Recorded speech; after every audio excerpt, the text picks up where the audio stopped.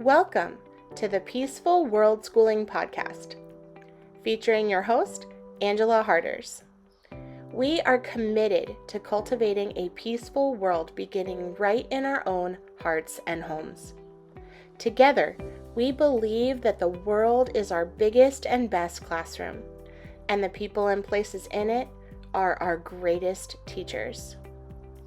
So I invite you to join me on the adventure of a lifetime, beginning with a conversation that can change the world.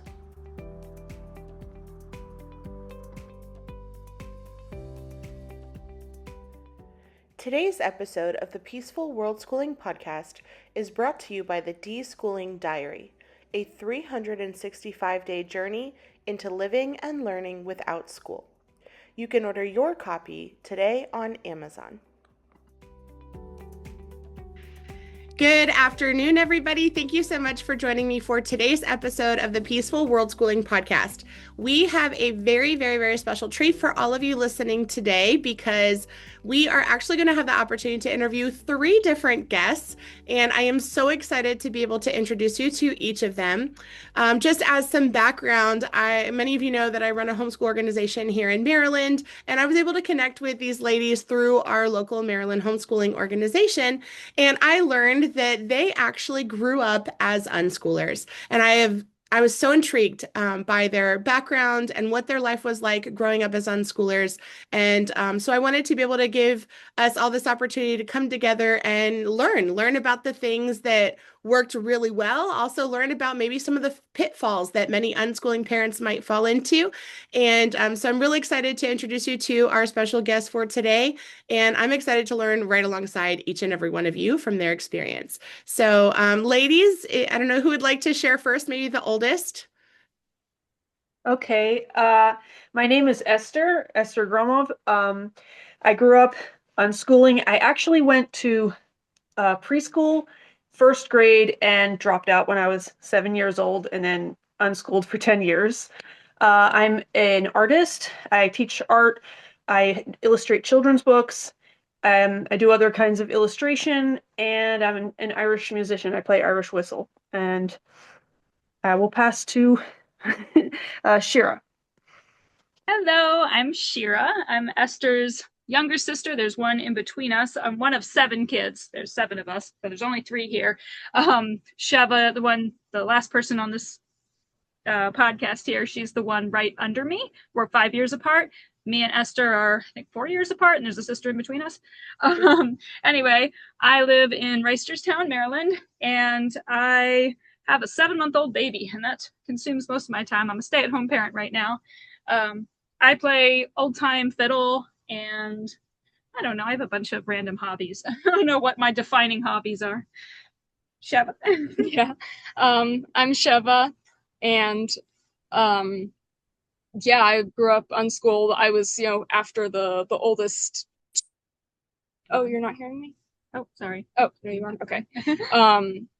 So by the time I came along, I didn't go to any school at all. I was completely unschooled. And when I was 17, I got into birds, and they're, the closest thing I ever plan on having to kids. But I've realized from talking to Shira just how much overlap there is between parenting humans and parenting birds. And is there anything else? No, I realized why I can't hear you is because we're on the same laptop. So when you're talking, it thinks I'm talking, but our audio is on separate devices. Anyway, sorry about that. Yeah, no worries. Yep, and we can hear both. Well, all 3 of you, so that's perfect. Awesome. Great. So, so Esther, you did attend school briefly. Shira, I missed that. Were you able to attend school as well, or were you unschooled the whole time as well? No, I think my mother tried to send me to camp once, and I sat on the steps and cried the entire day until she came and picked me up, and that was the extent of my schooling. Okay, so I went to Baltimore City Community College, though. I have my associate's general studies degree. Okay, well, that is definitely something we're going to talk about later in the episode. As we're beginning and, as we're talking about unschooling, I know that different people define unschooling in different ways. And so I always like to start by kind of like defining our terms. If you had to describe to someone or define for yourself, what does unschooling mean to you? What would you say? I'll go first. For me, I would say, are you asking like what I think of it as, or like what my personal experiences was? Well, I guess both. Yeah, how would you define unschooling? Yeah, I've heard of like passionate unschoolers who were like really into making sure that they're paying attention to what their kids are interested in and like facilitating that and helping them grow in those areas. And then I think my experience was there was some of that, but then there was some also just like total freestyle, like your time is your own, do whatever you want. And you know, we had stuff to do like hobby items in the house and stuff like that, but there was less of that like driven pursuing of, I mean, I think some of that is because I'm one of seven. You know, it's like hard to pursue seven people's interests when you have one stay-at-home parent. So so I would say, yeah, it's kind of just like not a lot of structure and a lot of free time to do whatever I wanted was kind of my experience. Sheva, do you want to? That was basically my experience too. I thought I was homeschooled until Shira discovered unschooling, was like, oh, actually. Our other sister who did. Oh, it was? Oh, okay. Not present, but yeah. She discovered unschooling and we were like, oh, that's what we did because we thought we were homeschooled. Our mother tried to do like workbooks with us every once in a while, but we were really difficult and there wasn't a whole lot of that happened. So yeah. That's really interesting. And I think it's interesting to note too, there are so many different experiences within the unschooling world. I know there are unschoolers that grow up and are very grateful that they had that experience of being able to have a lot of freedom. And then there's also unschoolers that grow up and are like, oh gosh, you know, this did not go the way that I would have wanted it to go, or I would have wished that I could have made some changes.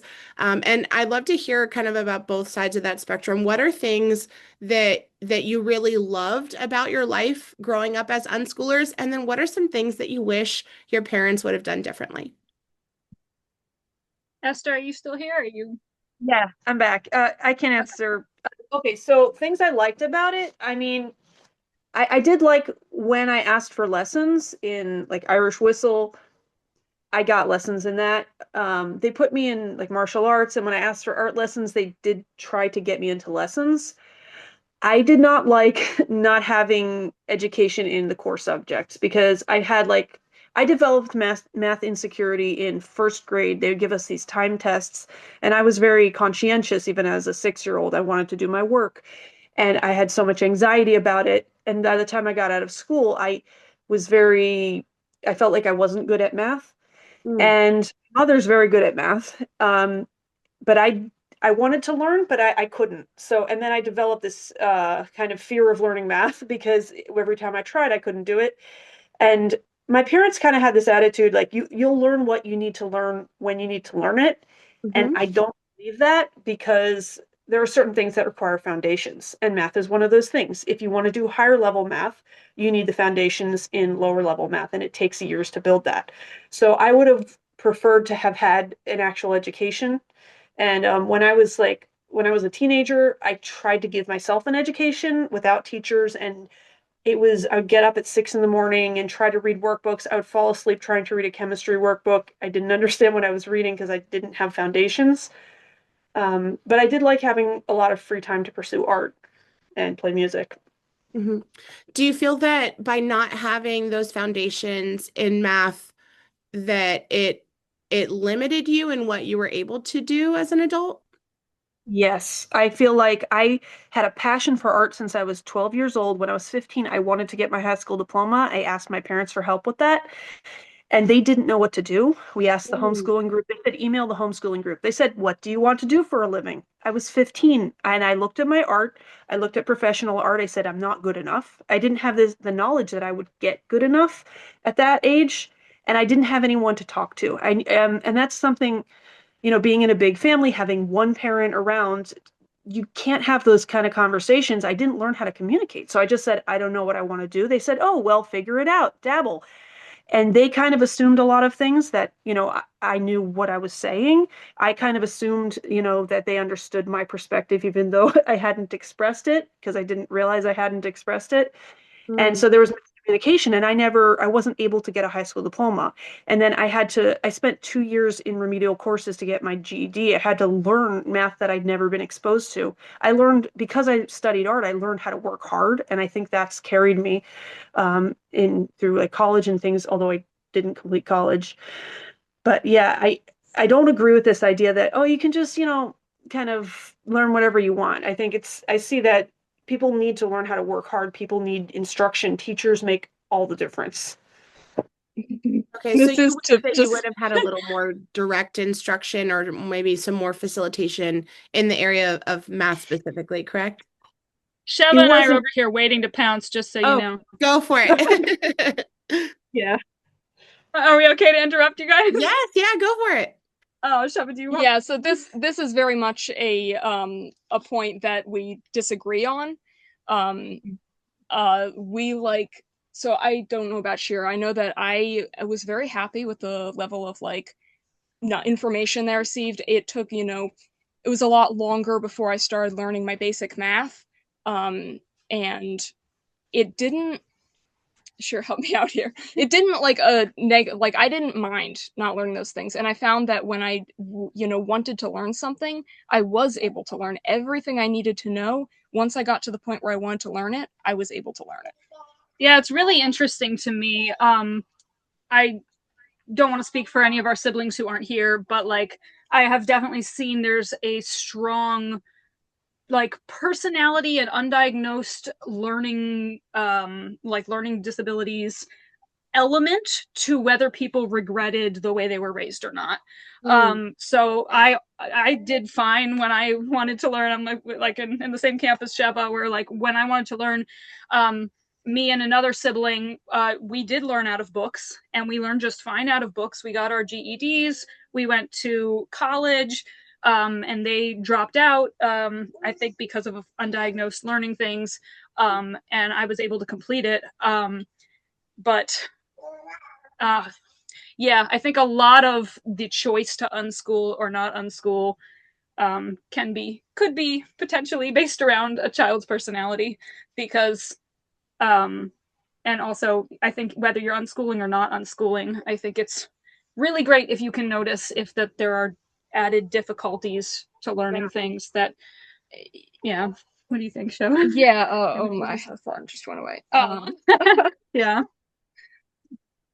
That's a really interesting point too. And I used to be a special education teacher in the public school system. And anytime that you have children that have, underlying, whether that be like a disability or learning differences, or special needs in any way, it can definitely have an impact on their education, regardless of where that education is actually happening or how that education is happening.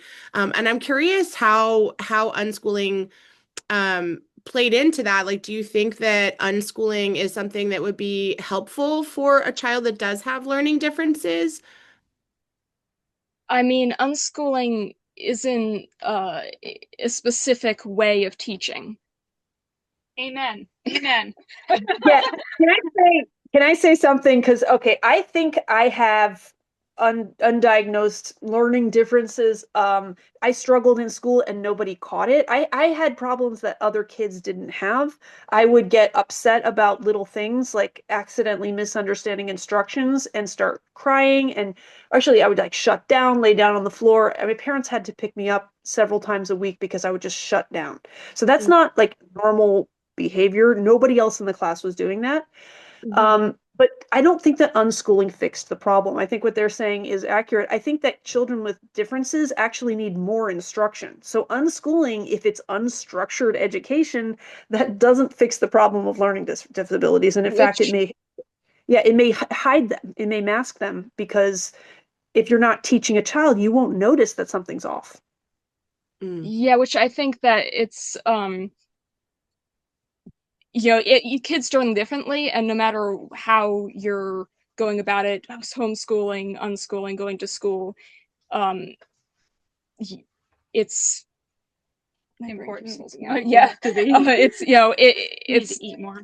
Different kids learn differently, so you can't just fault the type of schooling for something like that. Right.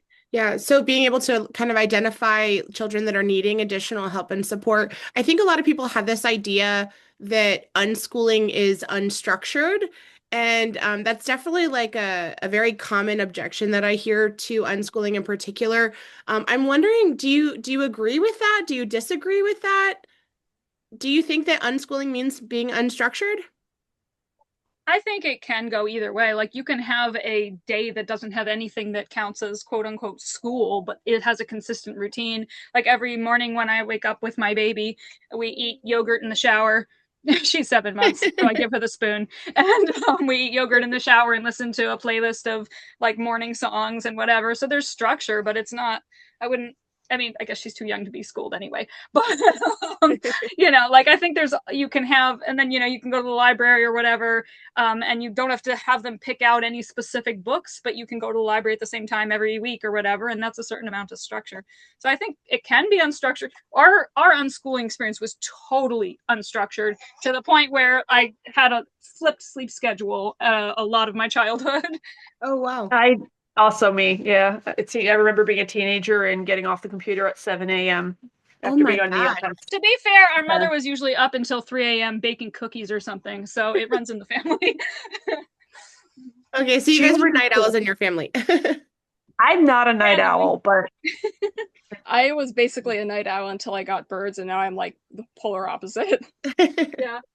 I think I'm a morning person, but my sleep schedule rotated around the clock as a kid. yeah, me too. Same. Yeah. I think routines are really important. I think that was something that I didn't know it was lacking, but what I've read about raising children and even just functioning as an adult, you need those routines because your body, basically, you're making predictions all the time. I was listening to some people talking. And so your body actually physiologically prepares for what it thinks is going to happen. So if you know what's going to happen, you're going to eat at this time, you're going to sleep at this time, your body can prepare for it. If you're going to sleep at random times, you're eating at random times, getting all these things, it's really dysregulating for your body. And if your body's dysregulated, it's kind of hard to learn. Mm. Very interesting. I don't feel like I noticed that affecting me as a kid, but it's possible Yeah, it did. me neither. And when people did try to create routines, sometimes it caused a lot of stress because I don't like being forced to do things that I don't want to do. So when it was done in a way that respected if I decided that day I didn't want to do the routine, then that was fine. And I liked that. Yeah, it was nice to have the option of structure without being forced to do it. Yeah. When that happened, which was not very frequently. Yeah. The issue of force and coercion, I think, is something that's very central to the philosophy of unschooling, this idea that we don't want to force or coerce our children to do things. As a principle, I would say that for me, that was one of the reasons that I was really drawn to unschooling as a parent, was this idea that I saw the harm that comes from forcing children to do things, and coercing them and threatening them and all of the stuff that's involved in trying to force another human being to do something that they don't want to do. And I knew that I didn't want to have that kind of a relationship or that dynamic with my own kids. But I'm wondering, how did that play out for you guys? Like, do you think that there are certain things that we should force our children to do, or that you would say, yes, we should force kids to do this, or do you think that it's possible to raise children without that dynamic of force and coercion? Ooh, Sheva, tell the toothbrush story. Okay. So yeah, I have a story that I always like to tell when the topic of forcing kids to do things comes up. When I was little, I absolutely hated brushing my teeth. And the Very adults normal, around by me the way. Really? So the adults around me tried to get me to do it, and they would force and coerce, and eventually they kind of gave up. And I had a lot of cavities as a result, and they explained to me, if I brushed, this wouldn't happen. There was one period of time in my childhood when I actually was brushing my teeth pretty often, and it was when there was a tube of bubblegum toothpaste in the house. And as soon as that tube ran out, I stopped brushing my teeth again. And as an adult, I, got back into trying to, not have cavities. And it was a struggle. It was a really big struggle. And I was making a little bit of progress and I was kept missing days.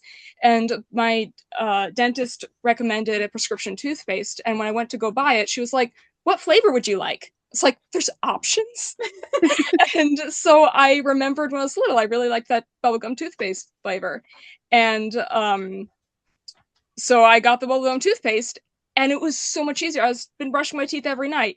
And then recently, actually, I ran out of the bubblegum toothpaste and I was like, oh, I'll just get a little tube of mint to tide me over. I started missing days. I started trying to talk myself out of, okay, well, just for tonight, I won't brush. And then when I got bubblegum toothpaste again, that stopped happening. Huh.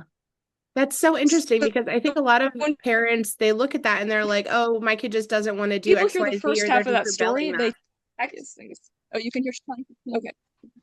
Oh, we have an unstable network connection. Okay. Oh, okay. So just keep going. Okay, yeah. But anyway, yeah, so when people hear the first part of that story, they're always like, that's so irresponsible. Your parents should have forced you to brush your teeth. And I'm really glad they didn't, because now I don't have to work through the negative, association. Like, as soon as I figured out the solution, it was fine. What I wish they had done is gotten me bubblegum toothpaste. Paying enough attention, right, to notice what the hangups were instead of forcing you through the discomfort so that you get the result you want. Yeah, but some people, they pay attention, but they think the problem is that the kid needs to try harder or be more motivated. Be more motivated, try harder. That's like such a big myth, I think. And there's so many. My parents did it really well with other things. Like, we met a lot of people around us who absolutely hated doing their chores. I love washing dishes. I love cleaning my room. And I really think a lot of that is because I was never forced to do it, or very, very rarely anyway. that is so fascinating. So the cleaning thing is definitely a hot topic too. I think for me, that was something that was really challenging was I grew up being forced to clean and I have the opposite. I'm like, I hate washing dishes. I hate, all those kinds of things. I hate making my bed. Like, it's just not like a part of my routine. And I think a part of that too for me is like that rejection of it is because I grew up being forced and coerced and punished if I didn't do these things. And so I have all those negative associations.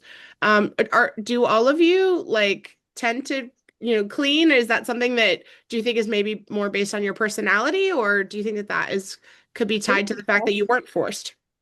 I think we all like cleaning. I wouldn't say all of our houses are clean. That's a different question, but we all like cleaning, I think. So you don't have that like aversion to like, oh, I don't want to do this. So many of us, we go to someone's house, like a friend's house, and we just start washing their dishes and cleaning their house. Our poor mother just like cleaned up after us as kids, chasing around 7 kids, cleaning up after us. And I remember asking her about it once. She was like, well, my mother did it for me. And I was like, ouch. But like, yeah, I think it really was helpful though for helping me motivate to clean my room as an adult or even as a child, because I got to experience what it was like to have a clean room without, being forced to do it. And I got into this thing where anytime I cleaned my room and I was unhappy while I was cleaning it, I didn't enjoy being in a clean space. But if my mother cleaned my room and she was smiling at me the whole time and super, sweet, I really enjoyed being in a clean space. And if she had never done that, I think I would have just thought that I always hated being in a clean space. Oh, wow. That's really interesting that even in the act of cleaning a room, I mean, I know there's some parents that if they have to clean up after their kids, they're not doing it with a smile on their face, right? They're like angry and annoyed, like, why do I have to pick up your toys and your clothes and, all of that other kind of thing. But what a special gift that your mom would serve you in that way and serve you with a smile. I'm sure that also played a factor into your like perception around cleaning. Yeah, I think so.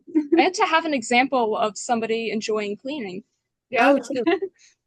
That is very true. Esther, what about you? I enjoy routines, and so I sometimes enjoy cleaning, but I do get resentful if I have to do it all the time. I do want, if I'm cleaning and my children and my husband are playing video games, I do get frustrated with them. I really like to see everybody helping because I think for me a big thing is I like to feel like I'm part of the team. I like to feel Sure. included. And so I do enjoy cleaning sometimes, but I also have a lot of other things that I'd rather be doing. So I maybe have a slightly different perspective. And it's interesting hearing my sisters talk because like I'm like, wow, this is really interesting. I didn't know all this kind of. Um, but yeah, I need to be in a clean space. For me, if the space is messy, it feels oppressive. And so like if people come in and they make a mess, I do get upset. And Yeah. it's interesting. Sometimes if I clean it up myself, it helps, but if other people clean it up, it helps it. I actually don't care as much how people feel about it. It's like I just want it done. Yeah. That makes But sense. I feel like I'm somewhere in between you guys of like I also feel like, yeah, not so happy if my husband and baby are playing video games. I mean, she doesn't, but anyway, and he doesn't, but anyway. But like if they're doing something, you know, fun and relaxing while I'm cleaning, that bothers me. But if like my husband takes the baby out and I get to like listen to a podcast or something while I'm cleaning, then it's like a relaxing, fun activity. It's like if I can see them having fun and I'm cleaning, then I feel like bad about it. But if they go out, then it's like me time, basically. I think Everything. though, there's a way to do it that's stressful and not fun, and a way to do it that's really fun. Yeah. You know, so I even think no matter how much you enjoy something, if you're having to do it when you don't want to, or in a way you don't want. Yeah, I don't like hand washing dishes, so I have a dishwasher and I like my dishwasher, but I don't have any problem with loading the dishwasher. That doesn't bother me at all. Like, it's really important to notice these little things about what makes an experience good or bad for you. Yeah, it is interesting to hear like your, you know, kind of your different perspectives on how you relate to cleaning, even though it sounds, you know, you had that kind of similar upbringing of freedom in that area. Excuse me. And you know, something else that always intrigues me too, whenever I get a chance to talk to people who've grown up as unschoolers, one of the big questions that I always have comes around the topic of reading in particular. When I first started unschooling, that was one of the biggest areas of concern that I had was, okay, what is going to happen to my child if I don't explicitly teach her how to read? Like how is an unschooler going to learn how to read? And so I would love to hear how the process of reading unfolded for each of you. Esther, I know that you did attend school in your earlier years, so I'm assuming that you probably learned that part while you were in school, but I would love to hear about just kind of how the process of reading unfolded for you and what's your relationship to reading like now.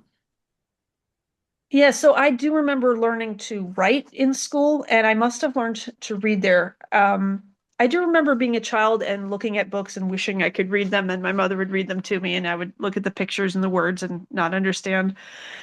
So I must have learned in school. I didn't really like reading as a kid. Like my brother was reading everything like Hardy Boys and Redwall, and I tried to read them and I could read them, but I found them so dull and boring.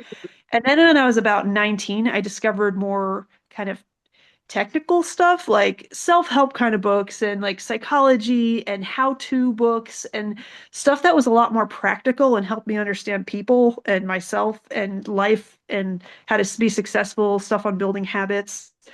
And suddenly I started reading a lot. And then I started reading books on writing, which I don't really write. I just like reading about the mechanics of writing. So I like to understand things on a more technical level. I love textbooks.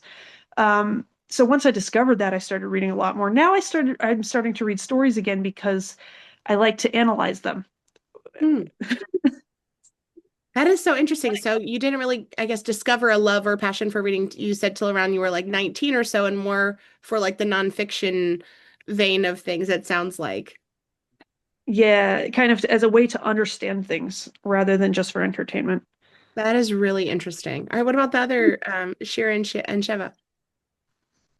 Yeah, I loved reading as a kid. I don't remember learning to read. I think probably my other sister helped me learn to read because she helped me with a lot of stuff. But I was like the brother she's talking about, who I was just reading like everything off the shelves of the library, fantasy, mostly like fantasy, what's it called? Like preteen fiction or something. It's like a lot of warriors and fairies and what's it called? Middle grader, I think. Middle grade fantasy. Yeah. So, Uh-huh. yeah, it is. This is a really interesting subject to me because I think there were like maybe 3 out of the 7 who were like real heavy duty readers, and then like 2 or 3 who were like casual or not so interested or whatever. One of our siblings kind of struggled with reading but could write, which was weird. Like, I don't know, it was like a weird thing. But yeah, I was always really into reading and writing and text and all that, stories. How about you, Sheva? Yeah, I think I learned to read and write when I was about 7, which I think is a little bit later than most kids do. I don't remember learning to read. I remember learning to write a little bit. Esther actually taught me like how to write, the letters. And I really wanted to learn to read and write because there were books I wanted to read. And then as soon as I could write, I started writing stories. So it kind of, as soon as I had the motivation to do it, it was very easy for other people to teach me. I want to jump in here with a little anecdote that I actually met another unschooler recently, and she was kind of like echoing a little bit of what Esther is saying, of like, she said she thought there had to be minimums, and she said one of her brothers hadn't learned to read by 9 years old, and she was like, that's not okay, kind of, which I thought was interesting. I don't know, just another perspective. Judah learned to read. I don't know. 9 years old, no, same thing. But then he devoured everything. Yeah. Yeah, that's So they were unschooled and they didn't learn how to read until they were 9?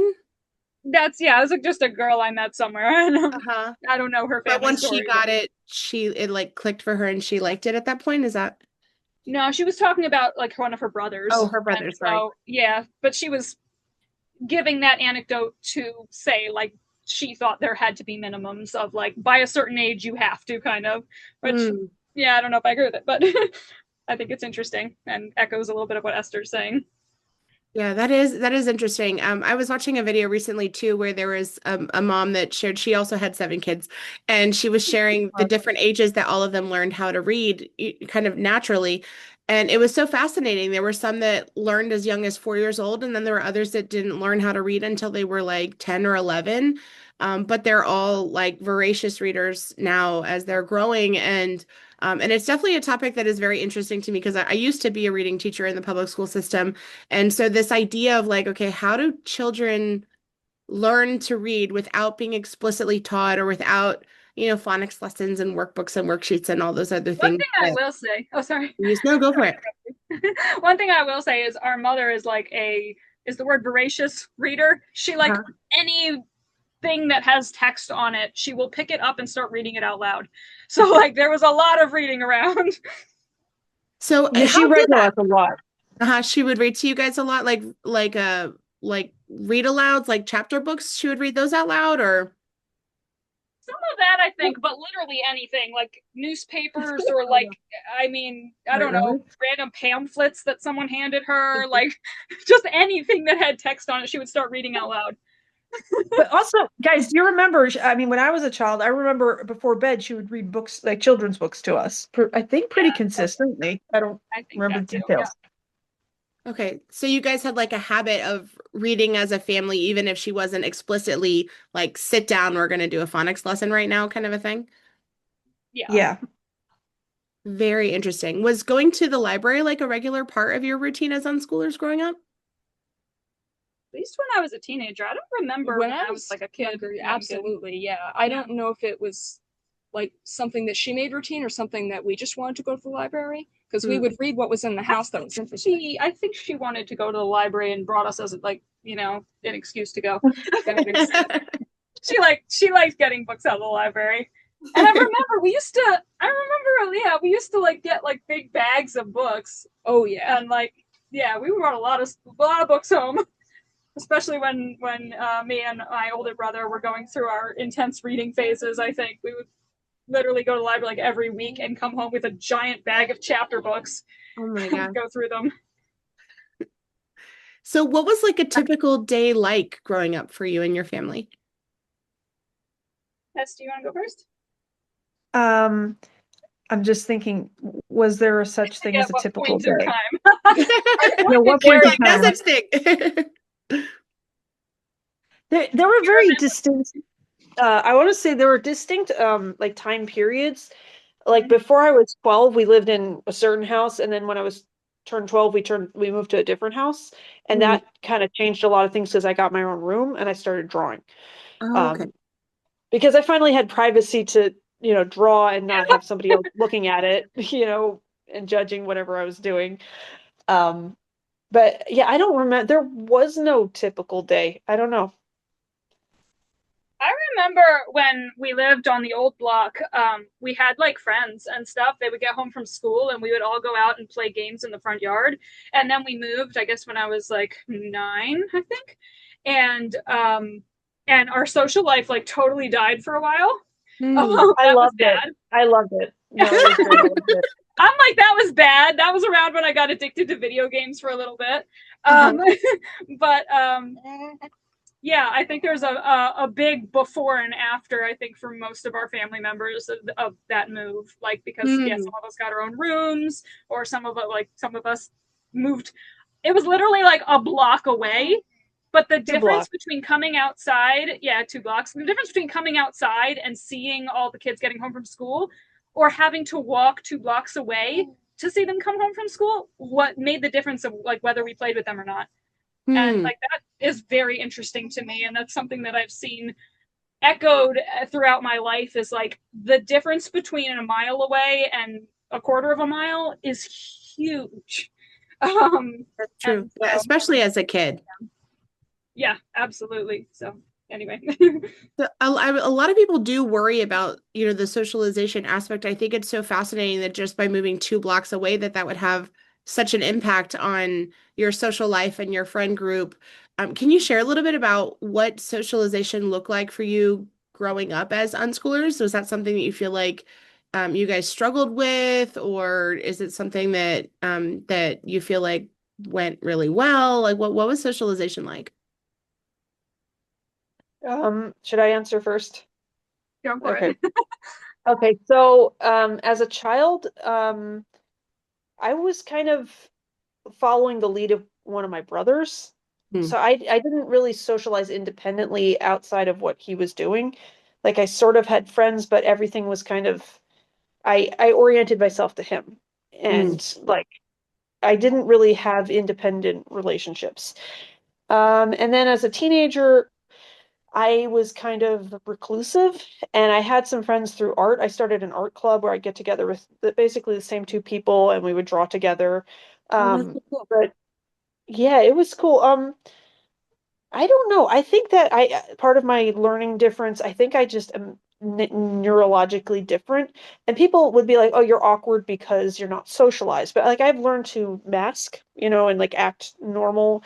But Yeah. like I do notice like when I'm tired, like my face stops having expressions. Like I will put on facial expressions and do the socializing thing and I can look normal, but then it's an act. And where how I am naturally is like I'm not really expressive, and so I don't know, it's hard to say because of that thing. It's like I didn't do when I was in school, I didn't have friends. There were kids that wanted to be friends Huh. with me. I had so much anxiety and so much worry about getting the schoolwork done. I couldn't connect to other people. So I think that I would have probably needed extra help even if I was in school, not being in school. I think I didn't get bullied in the same way I would have in school being at home. So maybe that was Mhm. good. But I did have friends that were artists. I would draw with people. That's really interesting. So even within the school setting, socialization was difficult, and it sounds like, and I think I see that a lot too. I know a lot of people, it's like I feel like this is like one of the biggest things that people say, objections when you tell someone, no, you're thinking about homeschooling or unschooling. They're like, oh, how are they going to socialize? And it's like I would see kids in public school all the time as a teacher, and I'm like, just because they're in school doesn't mean that they're going to socialize, and it definitely doesn't mean that they're going to socialize well. As you mentioned, there's issues like bullying and things like that unfortunately so many kids are having to deal with nowadays. So that's interesting that it was a struggle for you, even within the school setting, and I think that's really cool that you took the initiative to start this art club around something that you were interested in. You had other friends that were also passionate about art just like you, that you were able to kind of bond over that common interest. That's really cool. Yeah, I actually kind of forced one of my childhood friends to draw, and she didn't think she was good at it, and I made her draw every day, and she started seeing improvement. But I think actually was better at socializing outside of school because I didn't have the intense pressures of all the stuff I needed to get done around relationships. That makes sense. Yeah. And it sounds like you're very like academically inclined, like wanting to have kind of Yeah. that structure and that order of like, okay, I want to complete my tasks and I want to do this, this assignment really well. So that makes sense. What about you two, Shira and Sheva? Yeah, I kind of think of my social life as being broken into like two or three eras, like Esther said. There was when we were young kids before I was 9, when we had all these friends on the block, and our social life mainly revolved around, like I said, the kids getting home from school, and we would play hide and go seek and tag and whatever else. And then and I very much clung to the sister right above me in the age, and just like kind of was her shadow. I also always was holding on, like all the childhood pictures of me, I'm like holding on to the back of my mother's skirt and peeking around it. I was like very shy. Um, and yeah, and then when we moved, there was a period, I don't remember how long, maybe 2 or 3 years, I feel like, where we had like almost no friends, it felt like, and nothing was going on. And yeah, I got addicted to video games. I was reading like all the time. I remember like being in a book and looking up from the book and realizing it was light outside, and it had not been light outside previously. That was intense. Anyway, and then yeah, playing games with my siblings. I would say like we're kind of, at least for some periods of our childhood, I feel like we're the stereotype of like, my family is my peer group, my family are my friends, because there were 7 of us, and that was enough to get a good toy game going. Um, so, and then as a teenager, we had a group of friends who came around like once a week, every week, and just we would do weird stuff. We didn't get into as much trouble as I think most teenagers do. We would do weird things like walk down the block going zoom all together. It made this really cool sound. You had like 14 people going zoom. Anyway, we did weird stuff like that, and it was really fun. And but a lot of them were in school. They were kind of, I would say, a lot of them were like misfits in their respective schools. They didn't have a lot of friends in school, and so they would come over to our house once a week and party it up with the other weirdos or whatever.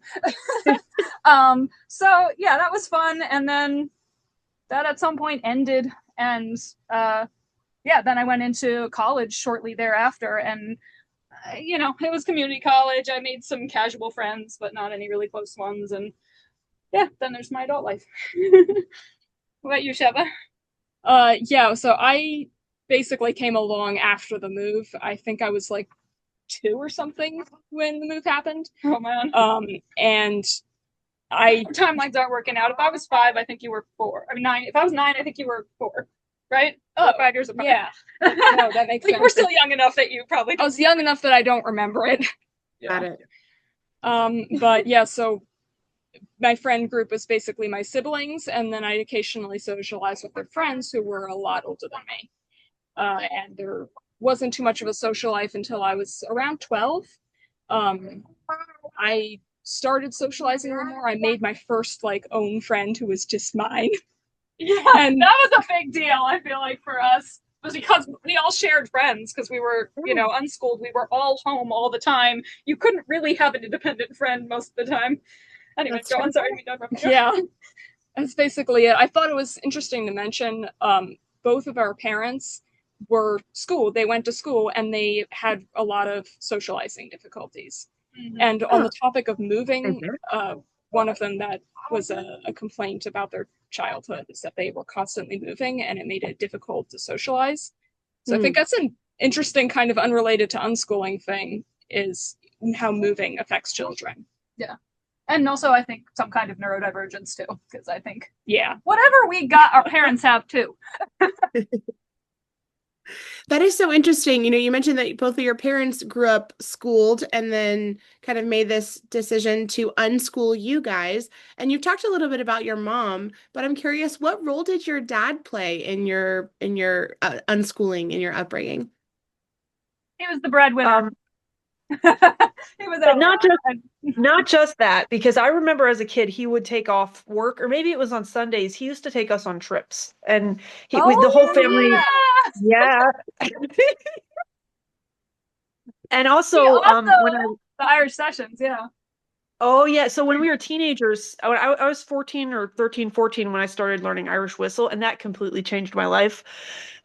Within 6 months, our teacher said, "You're good enough to go to sessions," which it's in Irish music, people play it as a social thing. They go to a pub or whatever, and they sit in a circle and they just play together. And the tunes are such that you can all play at the same time. So we started going to sessions every week, and then it was like 2 times a week. And also they had concerts, and we'd go. And then my father had a weekly gig where he played guitar at a nursing home, and he started taking me along, and I started playing for the residents, and they appreciated it. And so I started basically performing music, and then we started getting kind of more gigs. So yeah, he very much facilitated, at least for me, musical performance, which I still do that now. I play on the street. I go and I play music, and people appreciate it, and they give me money. That is so Yeah. cool. Yeah, That's really really the artistic side of things in general. My mother, like, she's creative, but she was not the more artistic parent and the Mm. one, facilitating the artistic stuff she as didn't much. push it as much. Like, Yeah. she definitely Yeah. does artsy things and has her own artsy persona or whatever. But our father definitely facilitated and pushed. Yeah, he also got me violin lessons when I was 9. Oh, wow.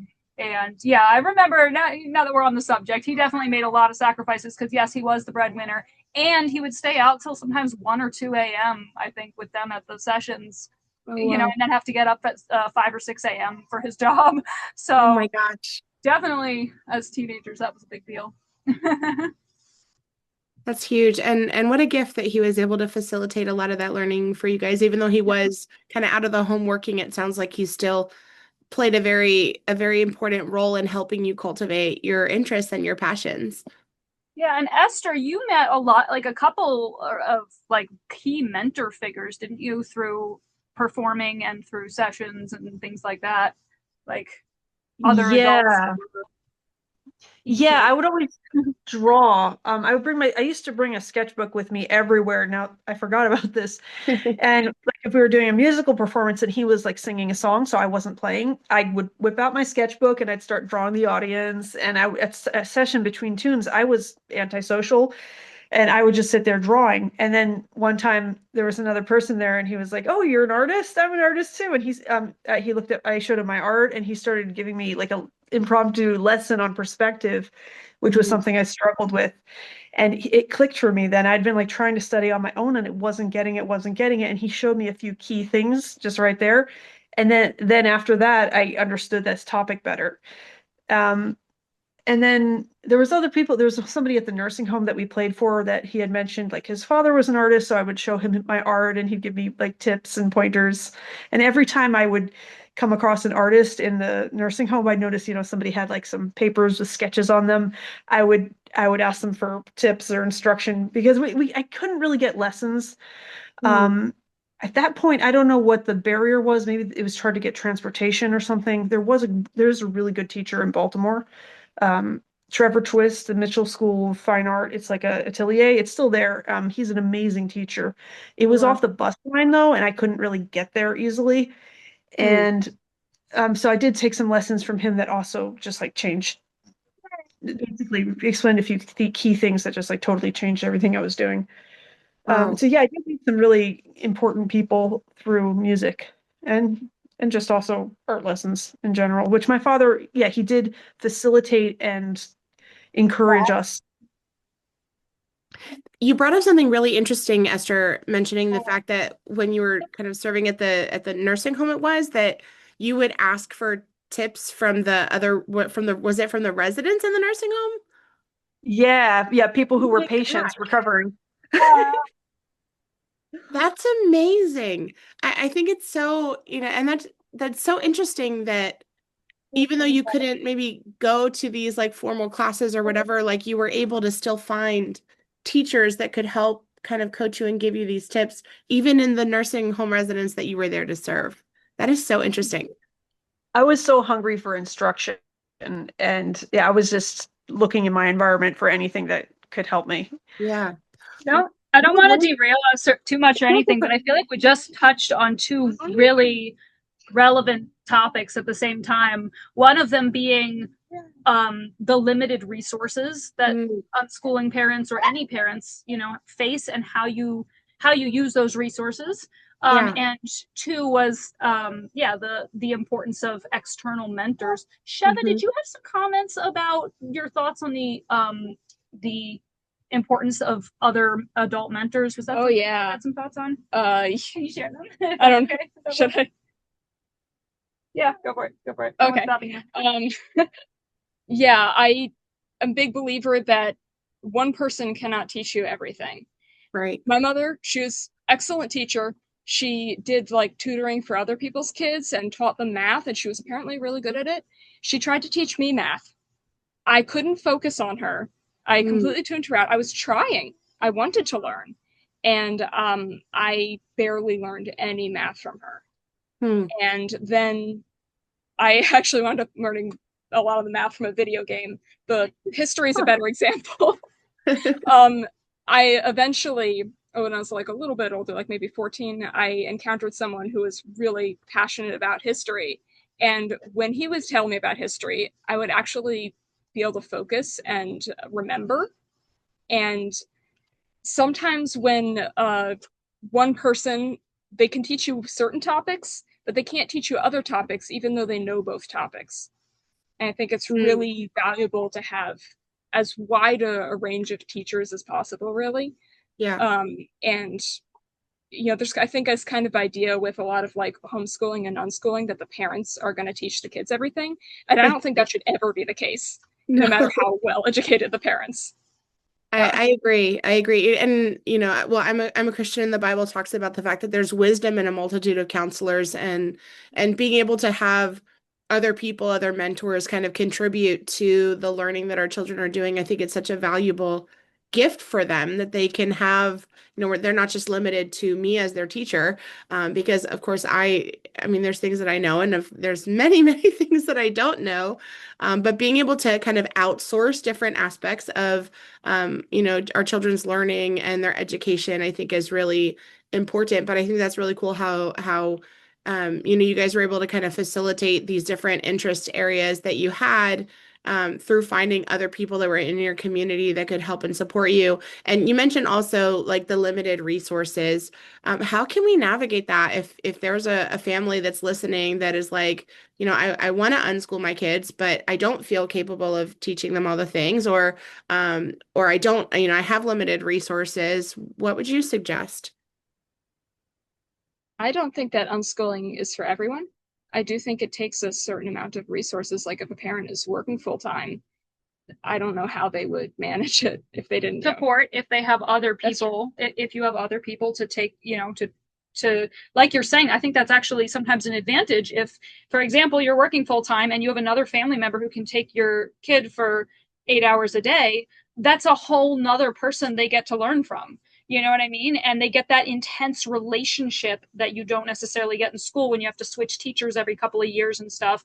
So I think that time from one person is not a barrier personally. But yeah, that actually, yeah, I remember I have a kind of a key memory or whatever, of encountering limited resources as a kid. I remember, there were 7 of us, and I was like 16 or 14, somewhere around there. And I saw that the Humane Society was looking for volunteers, and I was like super into dogs at that point. I was really excited about it. And I was like, oh man, I want to do it, but like I could never, like, I think we had 1 car, and everyone was so busy, and my mother had all this stuff on her plate. And I just like mentioned it to her. And she was like, let's do it. Let's do it. I was like, literally, when are you going to do this? Like she might have already been working at that point. I don't remember, but she went back to work at some time in our childhood. But yeah, I was like, literally, there's no time. And she was like, I think I could take you like Friday morning and pick you up in the afternoon, you could be there for like 3 hours or something.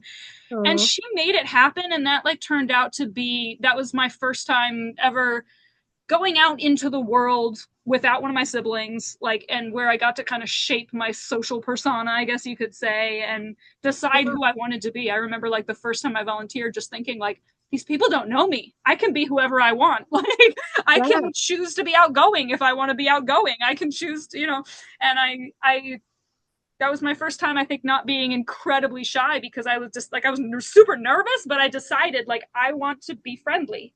And so I don't know. I think sometimes when you really go out of your way to do some small piece of what somebody needs, and they recognize like that, yeah, you couldn't do the huge thing they wanted, but you really put yourself out there to do that little thing, it can mean so much to someone. I don't even think that's like a parenting thing or whatever. I think it's like when people see that you don't have a lot of resources, but you share that little piece with them that they really needed, it goes so far, because they recognize that it's not easy, I don't know. That's just my thought. That's so true. And you mentioned that this volunteer experience was kind of fundamental in helping you discover your passion for animals. That's another thing that's always been very intriguing to me about unschoolers, is learning about how, each individual human, we all have like our own unique passions and interests. And it's so interesting to hear about how those interests kind of develop as a child, and then how they kind of carry through and show up into adulthood, or sometimes they change.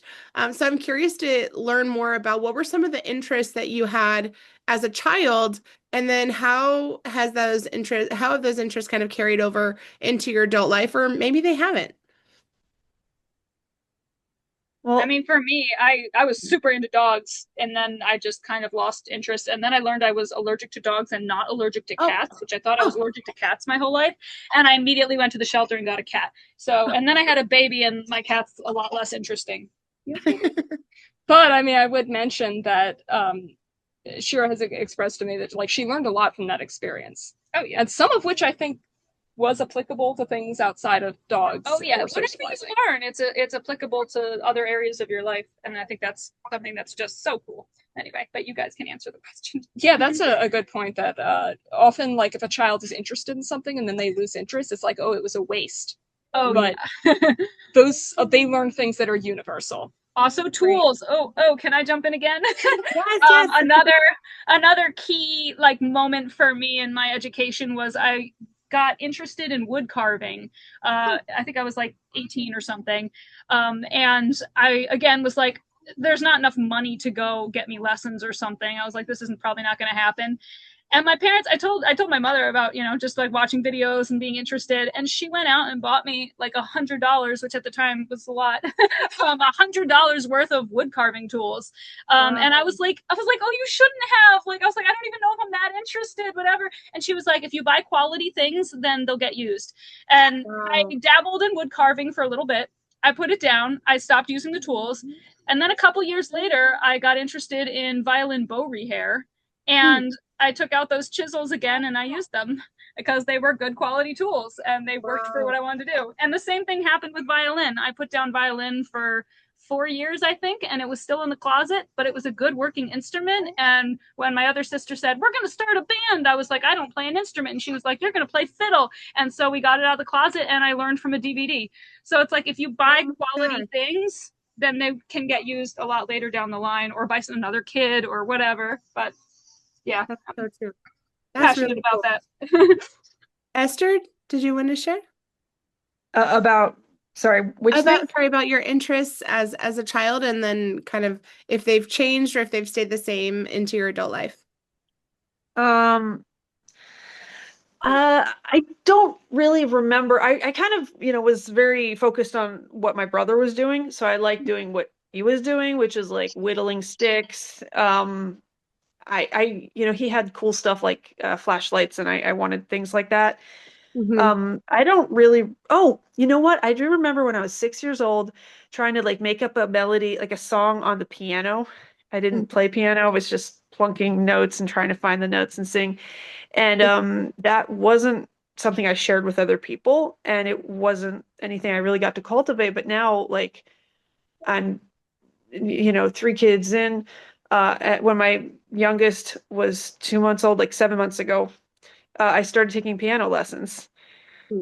And I think that was something that I was interested in, and then it wasn't on the radar for 25, 20, 30, something large number of years. So I think one thing that my parents did model is that you can always be learning. My father was always working on music before going to work in the mornings. And so as an adult, it's like if I want to do something now, I just go do it, you know? I think I was interested in drawing as a kid, maybe a little bit, but when I turned 12, I started reading comics, like, well, manga, Japanese comics. I was thinking about it earlier. Yeah, I was thinking about earlier, we're talking about reading. I didn't read novels, but I read comics, graphic novels, like lots, like as a teenager, that's what I was getting from the library.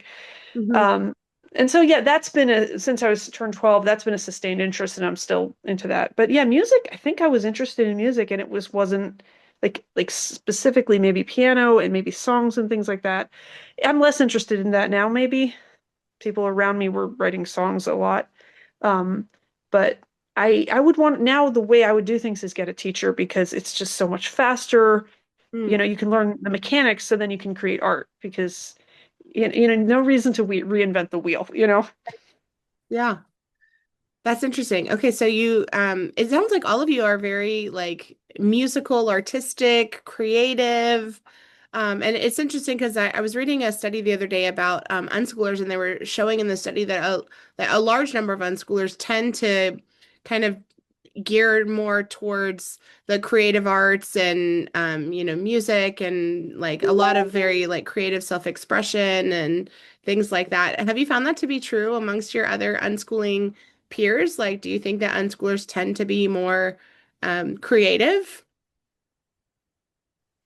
I We would say didn't yes. have a lot of unschooling peers. Oh, But our homeschooling peers, I would say yes, compared to the ones who went to school, I think.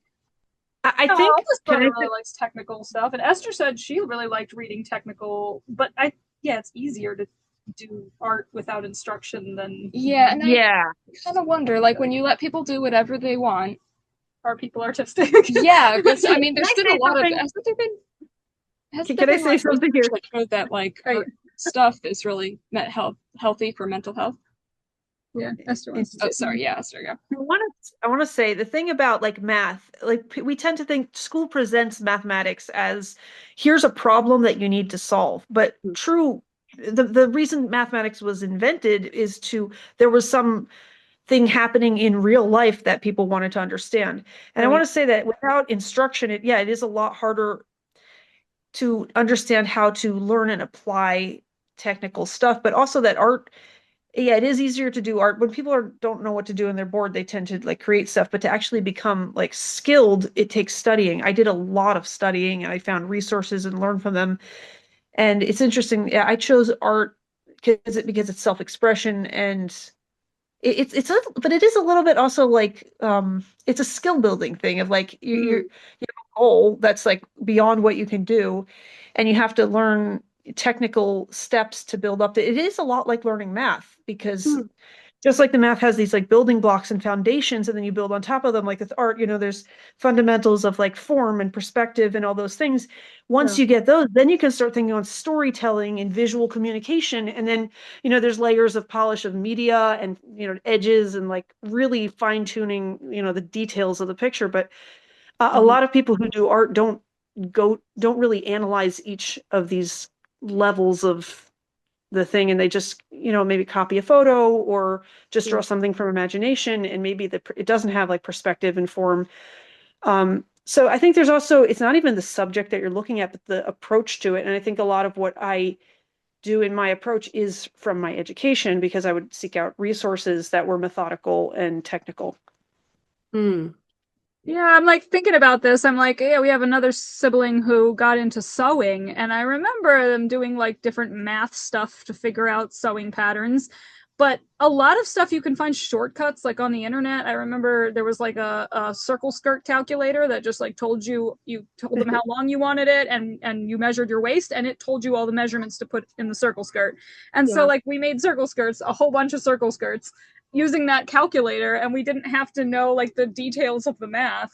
So I feel like, yeah, it's kind of like, that's interesting. No, you're right. We have tools nowadays that can help us do a lot of these higher level or more advanced calculations. I know math is a big area of concern, and it was definitely an area that I was very worried about. And when I first started, experimenting with unschooling with my own kids, was this idea of like, how is my child going to learn these higher levels of math, especially enough math to be able to get into college? And so I don't know if you guys could share a little bit about that. How did you learn these higher levels of math? Did you need math to be able to get into college? I know some of you, I think all three of you go to college, or at least No. two of you did? Sheva didn't go to any. I finished my associate's degree, and Esther got super close to finishing her associate's degree but didn't finish. Okay. All Yeah. right. Oh, can I talk about math? I Yes. have it in.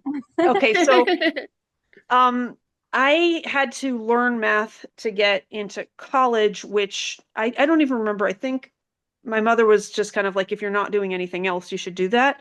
And Uh-huh. also personally, like my mother always used math analogies, and like I tried to do that and I didn't know math and I sounded stupid. And I wanted, and I could see that like people would tell me, oh, you should get your GED, or like kind of judge me, or I would judge myself. I don't know. I felt it was almost like a wound psychologically, Mm. like that I wanted, it was something I couldn't do. So I actually got help with it. I got, mentorship from somebody who lived with us.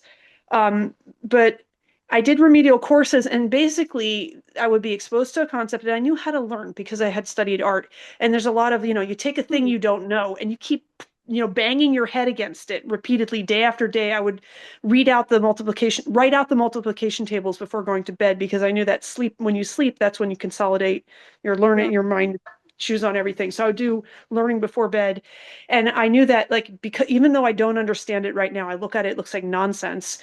I hear the explanation, I don't understand it, but I do it again. I find a website with a different way of explaining it. I could like troubleshoot, and sometimes it was just a matter of looking at different angles over the course of time, looking at working through a solution again and again, different problems, and trying to understand each step. I knew what it felt like to know something, and that's a huge piece. Because I see a lot of people, they can, like, the friends we had, they could do math, but you ask them like to explain it, and they couldn't explain it in a way that I understood. Yeah. And there's a lot of times when people can do something. I think the learning disability thing, people seem to make jumps between one concept and another. And I would be like, how did you get from there to there? I don't understand. So Yeah. I actually learned the remedial courses. And then when I got to college, I was in a remedial class again, starting from addition and subtraction and moving up. And that was actually really good for me because it helped lay things out in a systematic, Mm. 1, 2, 3 kind of thing. Yeah. Whereas part of the reason I couldn't learn as a child was because my mother would show me a concept kind of out of sequence.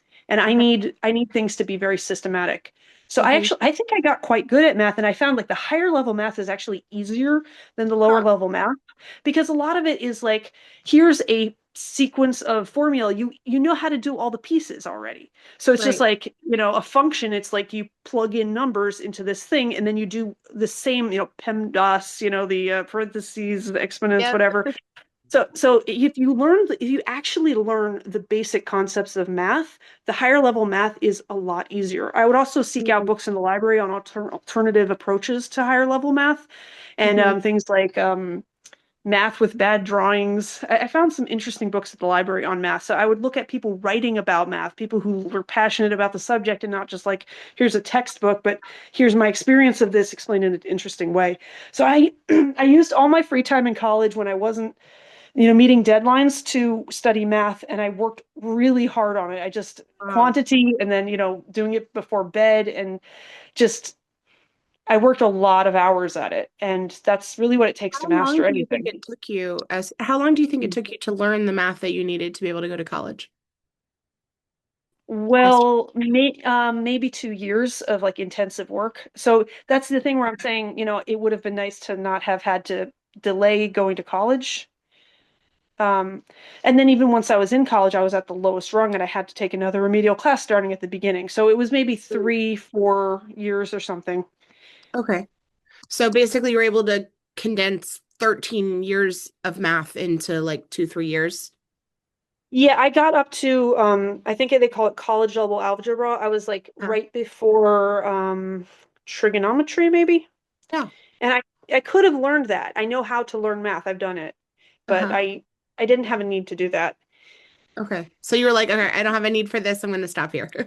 Well, it wasn't that. I actually started learning those things on my own for fun. But the thing is, it's a lot of work. When you get to higher levels, it's like a Yeah. lot of details. You mess up one detail and the entire thing falls apart. And it's Yeah. like I was doing it, but then I was like, I could be applying this to my artwork because all topics, when you get to a higher level, have that level of detail. And so it was like, it's more just like, I don't have as much time now. What is actually important for my life?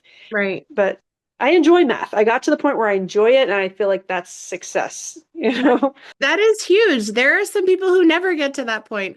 I feel like I didn't enjoy math either growing up, and I didn't really fall in love with math until I actually had to teach it. I was assigned to teach Algebra 2 at our local high school, and I was like, I have not done Algebra 2 since I was in Algebra 2 20 years ago. And yeah, and in teaching it to myself again, I think that was when I discovered the art that is in math. You kind of touched on that a little bit, that there really is, this artistic component to math and just the beauty of kind of solving the puzzle and understanding how it works, that I didn't appreciate when I was, a kid in school that was forced to do math worksheets all the time. But yeah, I'd love to hear from Shira and Sheva. What was your experience with math, and how long did it take you, or how did you learn the math that you needed to do in order to be able to go to college?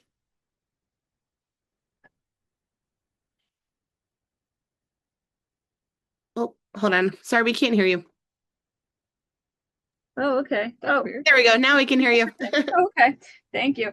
Yeah, I must have learned, I think my mother taught me like addition and subtraction, the really basic stuff, and a little bit of division and multiplication, but not much, when I was a kid, using workbooks, and I hated it, and I fought her, and she didn't teach me very much. And then when I went to get my GED, I learned just barely enough to scrape by on the GED, and I'm not my only sibling who did this. Like, we aced the reading comprehension and the reading, and the did pretty well on the essay, and like totally just barely scraped by on the math. Hmm. And then I went to college, and I took 2 remedial math classes and statistics. I took statistics because someone told me it was the easiest math. I really enjoyed statistics. I totally brute forced math in college. I don't understand it. I didn't understand it, but I learned to get the right answers by just drilling the hell out of all of the practice questions. They had, a website where you could just have like endless practice questions, and you could have it break down the steps in the app. Ooh, what website is that? I don't remember what it was called. It was long enough. 10 Okay, years ago well, now. if it Khan comes to you, Academy? let me know. Khan No, Academy? it was through Baltimore City Community College. It was like on their system. Yeah. Okay. But yeah, it just let you drill indefinitely. And so I did that, and I got A's in my remedial math classes, and I feel like I did exactly what like most people do when they go to school. I immediately forgot it all as soon as I went to college. I can barely do like long division or whatever, anything like that. But I do really appreciate like having the foundational understanding of how this stuff works. That I would say is like something that I really value, having learned it, like knowing how it works, even if I don't know how to do it, I feel like is really, really important for so much stuff. And especially with statistics, like that was my favorite math experience, was my statistics class. And it's just like, there's certain kinds of math that is used all the time, and knowing how it works, even if you can't do it, is, I think really cool for life. Yeah, I really like statistics because I felt like it was very applicable to like real life, and it felt more grounded to me than, some of the more like, functions and things like that. But my favorite experience in statistics class was I think it was my final project. I took my Facebook friends list and split it up, and found out how many of my friends were male or female, and how many I met at dancing, and all this different stuff. It was really fun. Anyway, go ahead, Sheva. I think my experience with learning math was a little bit different from theirs. Yeah. My mother taught me like basic addition and subtraction. I really, really struggled with division. And that's basically like, as much as I knew up until I needed to get my GED. And then I like struggled really hard. I learned just enough pass to barely pass. And then I had uses for math. And as soon as I had a need for a type of math, like I started encountering things where I needed to use multiplication, and I would use the calculator. And then it was, a little bit easier and faster once I could to do it in my head. And Yeah. so I started learning math from that. When I got into animals, I started learning how to take the area of an animal cage. And like I learned this stuff as I had a use for it, and it was so easy to learn once I had a physical, real life, real world use for it. I Yeah. always hated like learning this stuff that, it felt so irrelevant to my life. Yeah. That makes sense. That is so interesting. So you had more of like a practical experience, I think, with math, and I feel like that resonates a lot with kind of when we talk about the unschooling philosophy again, that idea that I know that you were talking about like when you need it, you will learn it and you'll have a reason to learn it and you'll figure it out. And I know that for some of you, you mentioned that like the process of learning math was a struggle. And I think that that's very common too with, the grown unschoolers that I've talked with. It's interesting. Most of them had very similar experiences to you, Shira, where they're like really excelling, I mean, just off the charts in the area of reading. But the math component is something that tends to be more of like a struggle point. But in the end, it's, I don't know, it just kind of like takes me back to that question of like, if this was something that was actually useful in their real life, then it wouldn't be a struggle because they would have been practicing and doing it all along. So it just kind of makes me wonder, like, is it worth it? Is it a good idea for us to kind of build those foundations all along, especially if a child is resistant or pushing back or doesn't see the value in it, and to do that over the span of, 13 plus years? Or is it better to kind of give our children more of that freedom and then let them have, maybe a couple months or a couple years of struggle when they actually have a reason to do that? I don't know. I'm curious what your thoughts are on that. I have I think that, some. yeah. I did notice that Mhm. Esther kept mentioning social pressures as a reason that she wished she had learned thing sooner. Mm, It sounded like. Yeah, it wasn't just social pressures, but maybe it was part of that. I felt held back professionally because I did want to be like a professional artist, and I did need networking. I didn't know I needed networking, but something was blocking me from getting anywhere. It was networking, and I didn't recognize it until recently. But I mhm. want to say about the thing about math is project-based learning is really useful, but you have to facilitate, and somebody has to be leading the project. I don't think that kids can just learn stuff on their own. I mean, not every kid, I should say. I don't relate very much to Sheva's experience. Like when I need to learn something because it applies to something, it's to me a lot more painful, and a lot of times I can't. I have to get some help with it. Mhm. When I learn stuff on my own in a more abstract way, and then I have a application for it, I can use the knowledge. To me, that's a lot more of a comfortable transition. But this could also be like a personality thing where that's just how I work. Yeah. Yeah, I was hearing that. Like when I would said, I really enjoy understanding how some basic math works, even if I can't do it anymore.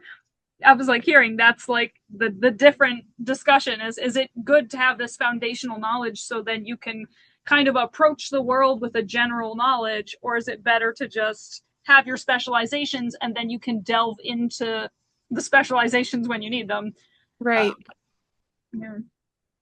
Yeah, and the other thing is, it sounds like if a child wants to learn something, and they aren't being taught it and they aren't learning it, then that can maybe more so be an issue of how they're being taught or whether or not they're being taught Mhm. versus, the whatever we're saying before, like Well, and then there's also that forcing argument of like, a lot of people will say, well, how is a child going to know what they need, or how is a child going to know that this is valuable if you don't teach them or you don't expose them to that? I'm curious what your perspective is on that.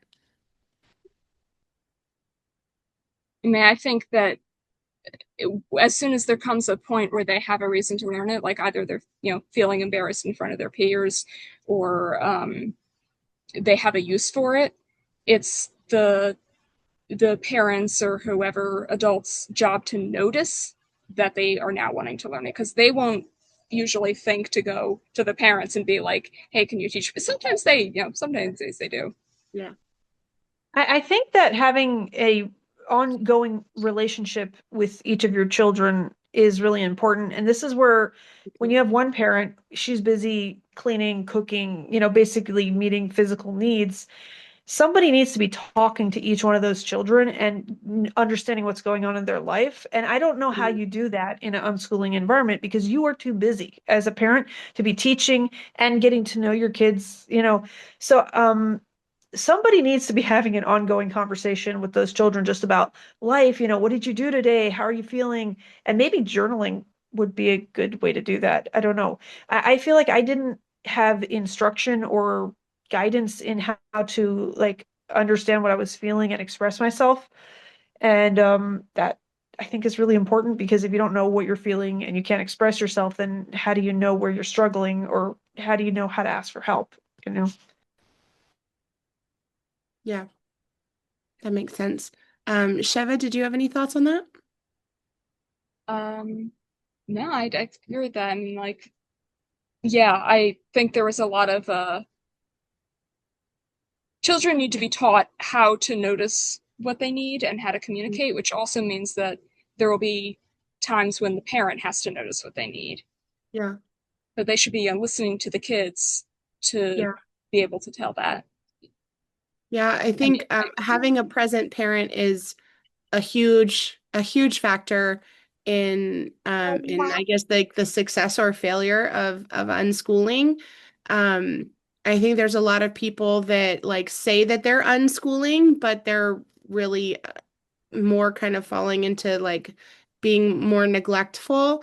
I'm wondering, how do you see a difference in like true unschooling versus neglect, or how would you distinguish between the two? I know that's a really big concern that a lot of unschooling parents have is, am I being neglectful? Is this enough? How am I going to know, if this is unschooling, as I think it, self-directed education as it's designed, and the way you guys have mentioned, as far as, being present and involved and facilitating, having conversations with your kids versus, um, being neglectful. I don't know. How would you distinguish between the two?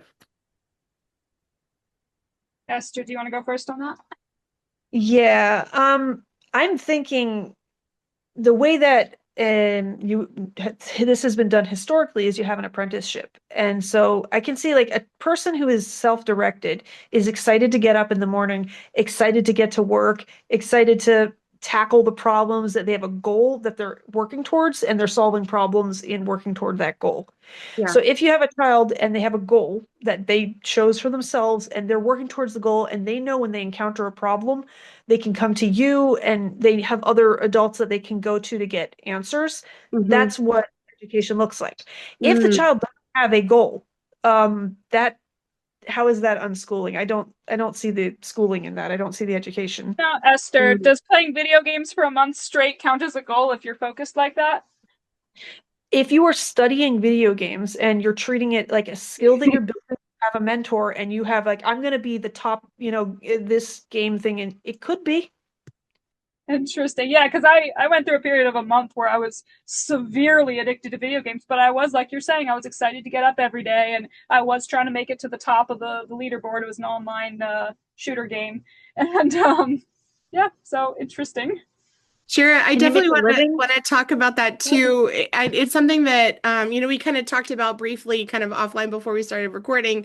But that's also been an area that's been a huge concern for me, and I know for many other unschooling parents, is this issue around technology. And I know that you shared that you were addicted to, technology for a season. And then I also see that there's also value in being able to give our children access to technology. I mean, my daughter's been able to do some really incredible things with her iPad and technology and art and, writing books and things like that through technology. And so I'm curious to hear kind of your experience around around technology, and how do you manage that as an unschooler with giving our children freedom to use technology and to use these tools that can be so valuable, while also being aware of some of kind of the pitfalls of technology, like addiction or things like that. And I'm curious to hear your perspective on that. I think Sheva and Esther actually both have very interesting and I think sometimes slightly opposing takes on that question. And I would love to let them answer that. I do want to say, in my current thought on the spot about the difference between neglect and unschooling is, if you have no idea what your kids are doing for 4+ hours every single day, that might be neglectful. I don't know. Just saying. I don't know. But yeah, I think it's paying attention is really the difference. And I'm curious what if you have any thoughts on that. I have slightly different opinion. Oh, tell me. I think that what makes something neglect is the same whether you're unschooling, homeschooling, or the kids are going to school. The difference is when you're unschooling, the kids are always in this environment. So if you're neglectful, when your kids are going to school, at least they're not being neglected when they're at school. But with unschooling, if there is any neglect or abuse, it's happening all the time, basically. Do you think that neglect is only physical needs, or do you think there's another kind of educational neglect? Yeah, where you should be teaching them something, but you're not. I guess I think there's a little more nuance than I think other people think. I do think there is educational neglect, but that's when a child wants to learn something and it's not being facilitated, and they need to know. I think children really should learn to read and write, addition, subtraction, all this stuff, at some point in their childhood. But I don't think that it should be forced, and I think that you can motivate children who are uninterested in learning it right now without forcing them, and I don't really personally agree with the idea that they need to learn these things by a specific age. Okay, so I want to say one of the things that I understand about teaching from this book, The Well-Trained Mind, by Susan Bauer, I think. People are interested in stuff that they have some competency in, so basically when you're teaching a subject, you need to get the person interested first. You need to show them some cool things. So math, you can show something cool that you can build with mathematics, or some cool thing that was created from programming or something, and then that's what's going to make the child interested. Wow, this is so cool. And then, well, let's get underneath that, and how did we start from, how do we build that up?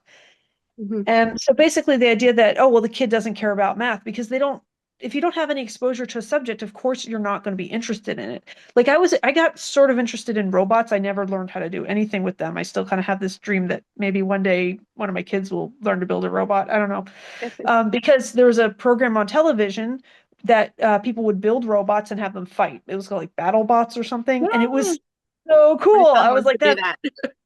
Yeah. So a lot of people, you see something and that's cool, and then you want to learn about it. So this idea that my kid's not interested in that subject. Every subject relates to something that's interesting to someone. Even you want to draw, there are aspects of drawing that has to do with mathematics. And Sheva was saying, even caring for animals, you're using math. And so I think ideally you should notice what your kid is interested in, and then find how that relates to the core subjects and teach it. That's my understanding is that's what unschooling is supposed to be.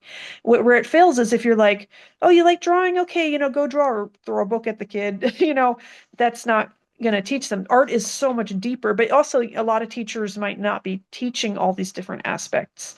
If your parent isn't educated in the subject, it's going to be hard for them to find a teacher that can do that. So for example, when I was younger, I don't know what age, some teenager, something, I asked my parents for art lessons, and I wanted to learn. I was looking at basically art by animators. There was this book with these really interesting just animals from different angles and different poses, and the guy was drawing from his imagination. She put me in a class. All the lady who was teaching knew how to do was to copy photographs. So she's like, well, we could copy this. So she showed me the grid method and had me copy a photograph really big. And it was kind of fun, but that wasn't what I was interested in. Hmm. But nobody knew any better. So I think understanding how to find somebody who can point you to the resources that you need. There's a forum online where I started getting access to better resources. There were like top level concept art professionals and people here, and everybody was recommending particular books. And there were tutorials by professionals who were knew how to draw out of their imagination and bridge the gap between drawing from real life and drawing from imagination.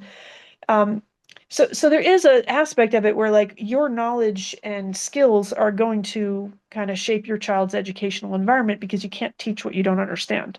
So understanding how to network, I think this is a huge piece of networking and community. It would be good for any homeschooling parent to be able to find a top professional in your area or a few of them and interview them. What's the most famous people in the field? Who does everybody go to? Who invented the top, instructional method for the core subjects in your niche field?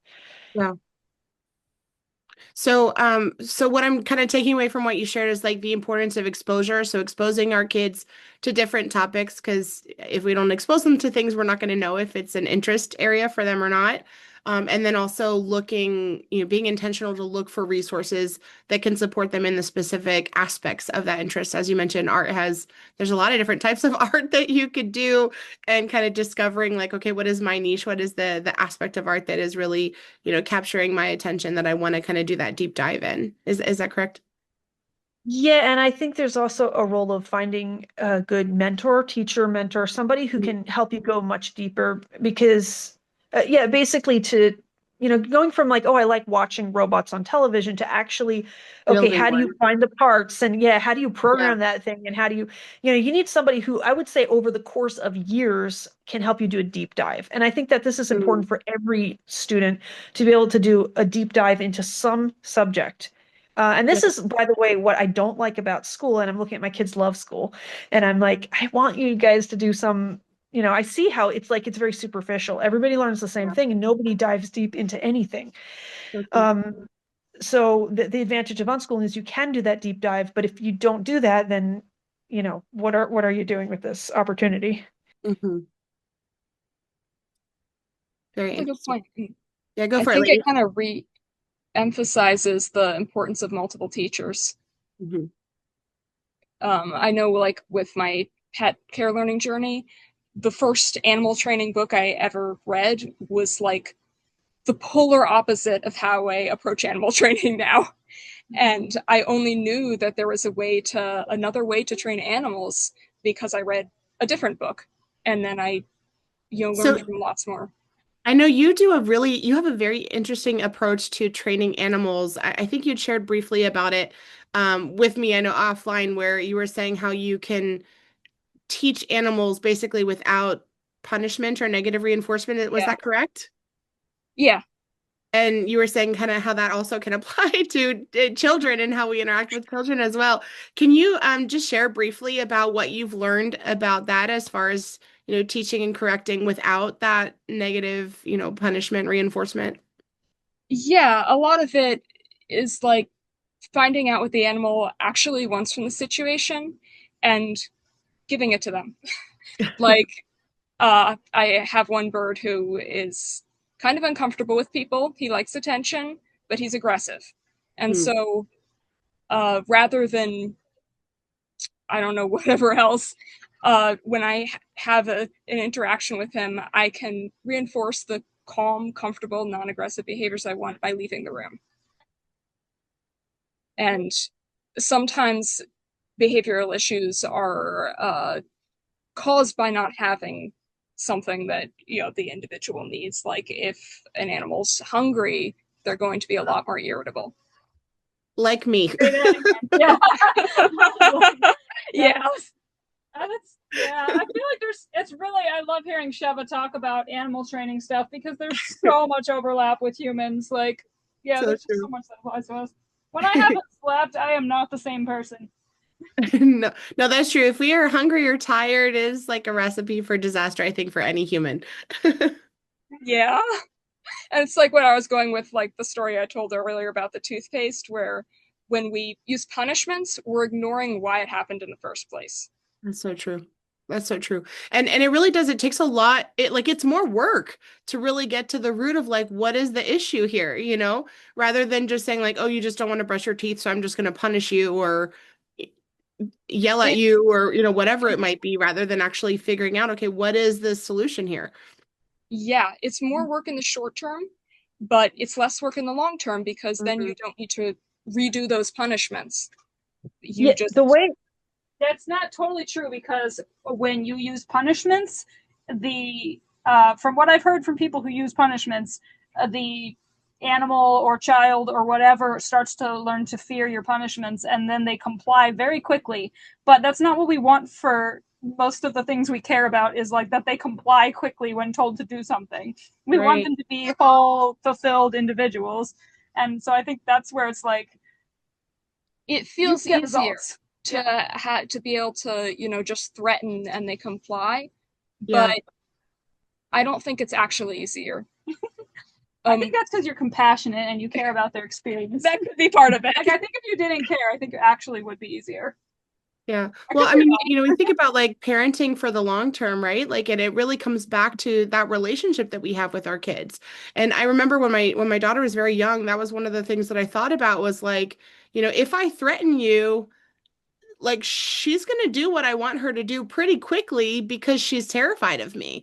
And ultimately it was like, do I want you to obey me because you're scared of me, or do I want you to do the right thing because it's the right thing and you love me and you trust that if I'm asking you to do something it's because I love you too.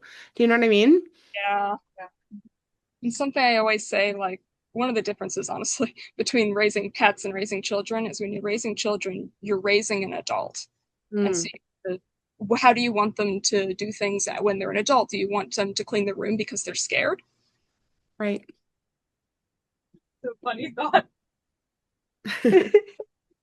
Very interesting. Okay, and I want to jump back real quick. I know like we're running out of time, but I did want to kind of touch bases with you guys too about that technology piece and the technology addiction and how I guess how did you kind of get free from that?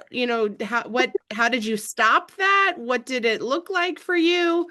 Okay, I'll share my Yeah. experience and then let Esther and Sheva talk about the why and the how and all their opinions. Okay. My experience was when sometime after we moved, but before we had the new friend group, I got severely addicted to Call of Duty, Battlefield 2, or something Call of Duty. I forget. It's been so long. But anyway, it's an online, massive multiplayer first-person shooter game, and I got so How addicted old that were you? I was probably like 12 or 13, I think. Okay. Maybe 14, somewhere between 12 and 14. I would wake up in the morning, like run downstairs, grab an apple, and like run down to my brother's room where the gaming systems were. And I would be eating the apple as I signed in. And I would play until I would run to the bathroom between matches sometimes. But I would play until I was literally so hungry that like it was having trouble focusing. And I would run upstairs between matches and grab another apple and run back downstairs. I probably ate apples, like nothing but apples for most of that month. I guess like a couple dinners in the evening when they were convenient and someone else made them. Anyway, I did that for about a month, and then one morning I signed in and my data had been somehow corrupted and I lost all of my quote unquote friends. I had started, at first I didn't talk over the headset at all. But I enjoyed listening to other people talk. And then, I don't know, 2 or 3 weeks in, I started talking to, I think, like 2 people, and we became friends, quote unquote, and it was really exciting. And then, yeah, like a month in, my data got corrupted, and I was like, I could start doing this again and start from scratch. I could probably even at some point somehow run into those same people again. But I was like, but this doesn't seem healthy. I should probably just take this as a chance to stop, basically, because I don't think I could have stopped if it hadn't happened. I don't know. At some point, I'm sure it would have run out, but I'm not sure what would have caused the end of it if it hadn't been for my data being corrupted and losing all my like achievements and my friends and all that stuff. Anyway, you guys can talk about it. Esther or Sheva, who wants to go first? Yeah, I guess I could. I don't know about that. I see in my own kids, like playing video games as a social thing. And I also, for my own experience, like I wasn't ever really into video games. I played a lot of video games because everybody else was doing it. But as soon as it got hard, like I'd like, why am I wasting my time with this? Like basically, as long as there was a barrier.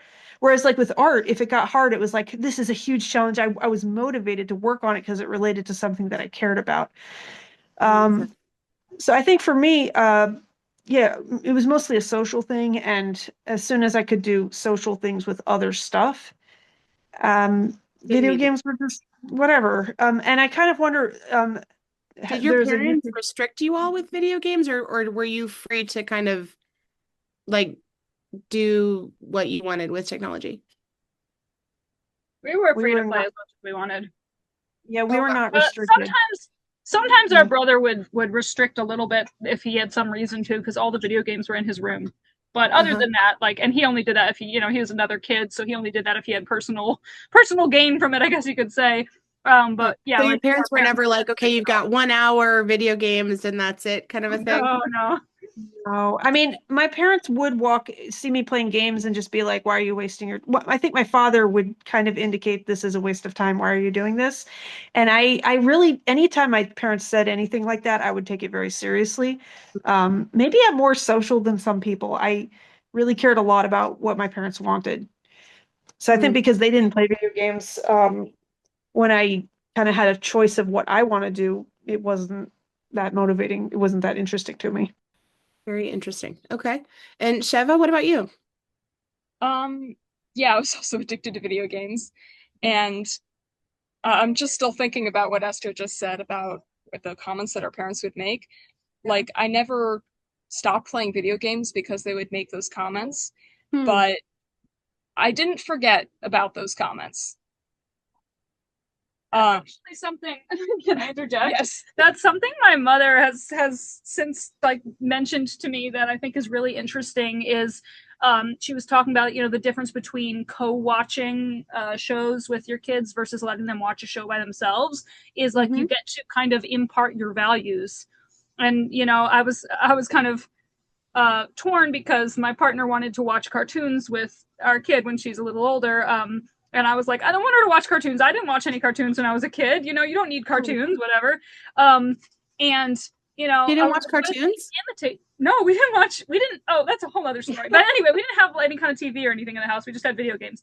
Anyway, but like, I was like, what if she starts copying the stuff she sees on the TV? And my mother was like, well, if your partner is watching with her and he's not copying it, she's going to learn not to copy it. And I was like, that's really interesting. And yeah, both our parents, I feel like, did that a lot, where they would let us keep doing the thing, but they would make their opinions known, which was really annoying as a kid. But as an adult, I'm like, I think that might have been a good strategy. I don't know. Okay, go ahead. Sorry. She expressed. Maybe she's not. I forgot what I wanted to say. Hold on. Sorry. Okay, no. The idea of, let's see, watching with the kids, yeah, that's a huge piece. But also, oh no, you were like, we didn't watch cartoons as a kid. Okay, so when I was a child, when we were like maybe 7, 8, 9, we lived in the old house. My brother and I would go across the street to the neighbor's house just about every day around the same time to watch cartoons. So we did watch stuff. Yeah. We didn't. The younger kids didn't. Interesting. Yeah, we had a slightly different experience. We also watched like Bugs Bunny and stuff. We borrowed a television from one of our cousins to watch some, I think, VHS tapes that we had. We watched the same thing. I remember watching the same Mission Impossible video over and over again. I remember that. It's just disconnected. Oh no. Wait, is it just us in here? Funny. I don't know. Still recording or not? I can't tell. There used to be like a... That's interesting. It could be that she had the thing scheduled for a certain period of time and it ended. Maybe. Not sure. I don't know. This is still happening. Okay. Anyway, but yeah, it's really interesting. I never think about the fact that you guys watched cartoons and we didn't. But yeah, I also remember the Mission Impossible DVD. I was obsessed with that past when all of the other kids were. I was like, I just wanted to keep watching it. And you guys were like, oh, you're watching that again? Because we've been watching it on repeat for days. Yeah, get any of their cartoons and stuff. Even when you guys would like watch anime when I was little, it was not appropriate for me. I wasn't allowed to watch it. I didn't watch much. I remember at some point seeing like Trigun and kept like Well, yeah, that was definitely not appropriate for anyone. I tried to watch that more recently, and I was like, wow, I can't believe I watched this. By the time they did let me watch it, I watched like an episode or something, and I was like, this isn't appropriate for me. And I remember you always had a really good sense of that. You were like, this is too scary for me, and I was like, respect. Which was why I was so annoyed when they wouldn't let me watch Resident Evil. Oh yeah, really? I was like, I think Resident Evil was kind of a lot. Yeah, and if it wasn't good for me, I would have just left. Right. No, that makes sense. That's funny. Oh my gosh. What happened?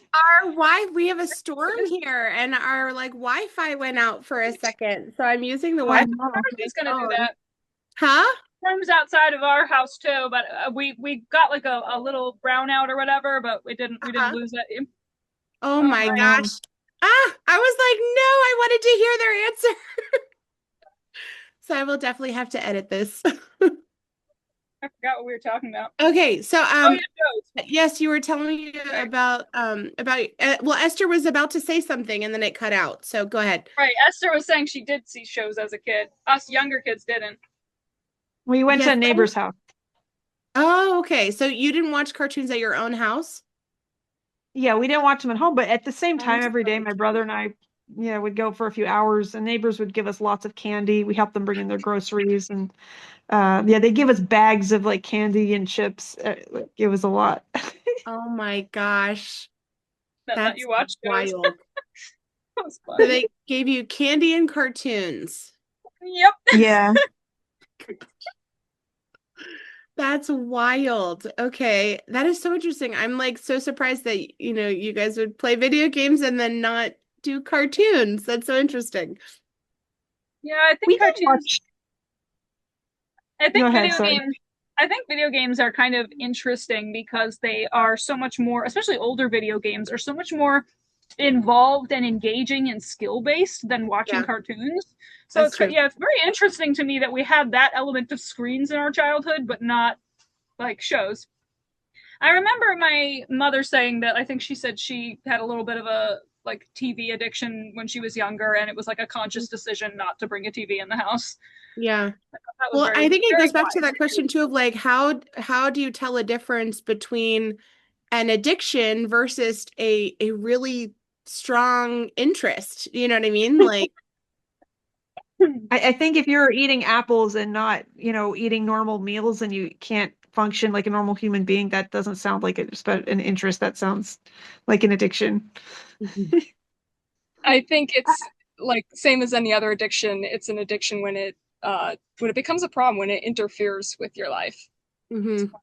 That makes me think of somebody I know who's an adult and very passionate about what they do, and they will go a long time without eating if they can. I'm like, but it's kind of an asset as an adult. So it's an interesting question.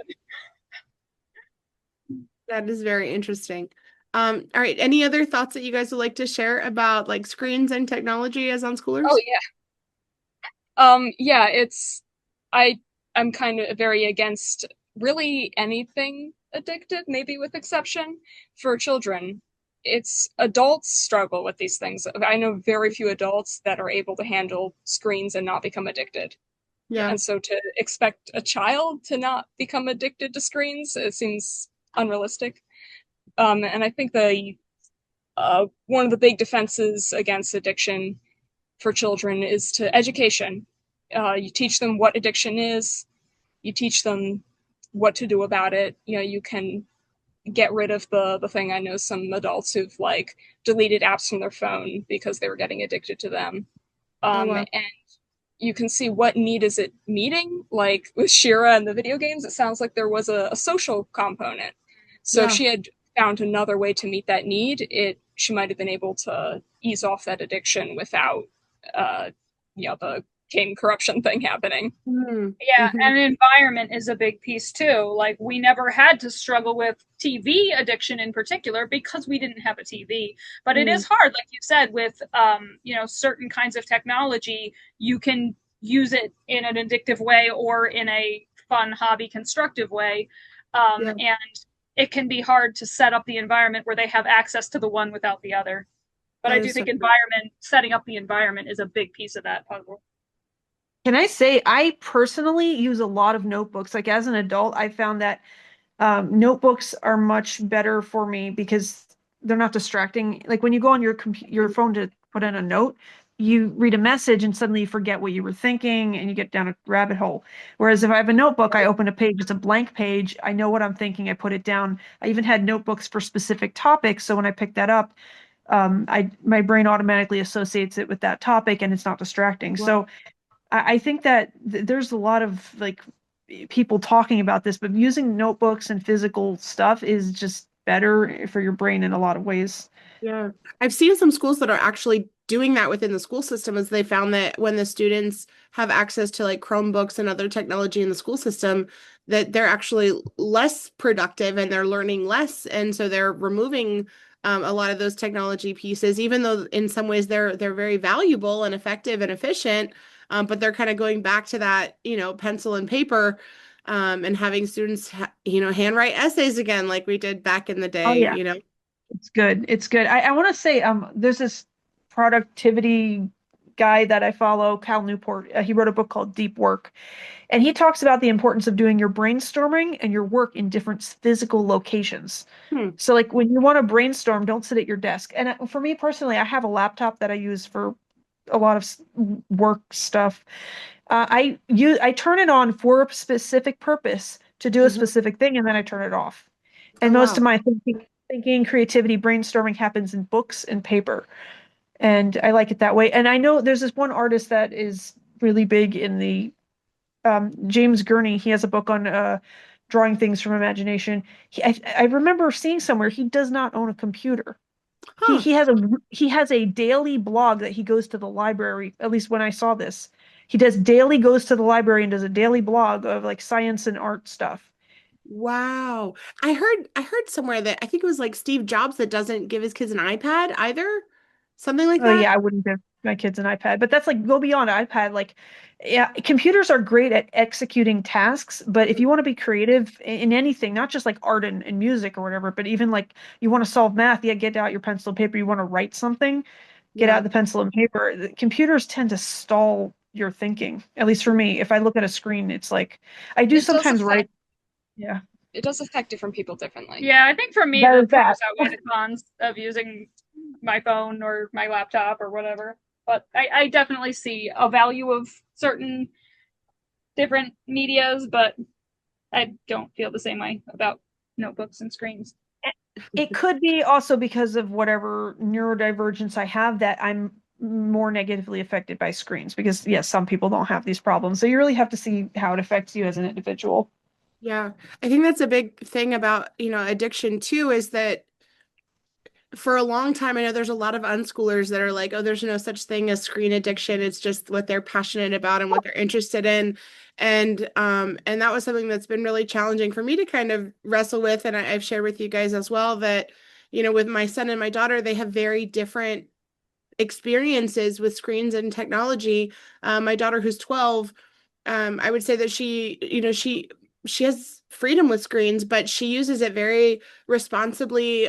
She's, creating a lot on there, and she's using this technology as a tool to accomplish her projects and write books and create videos and animations and her digital art and all these kinds of things.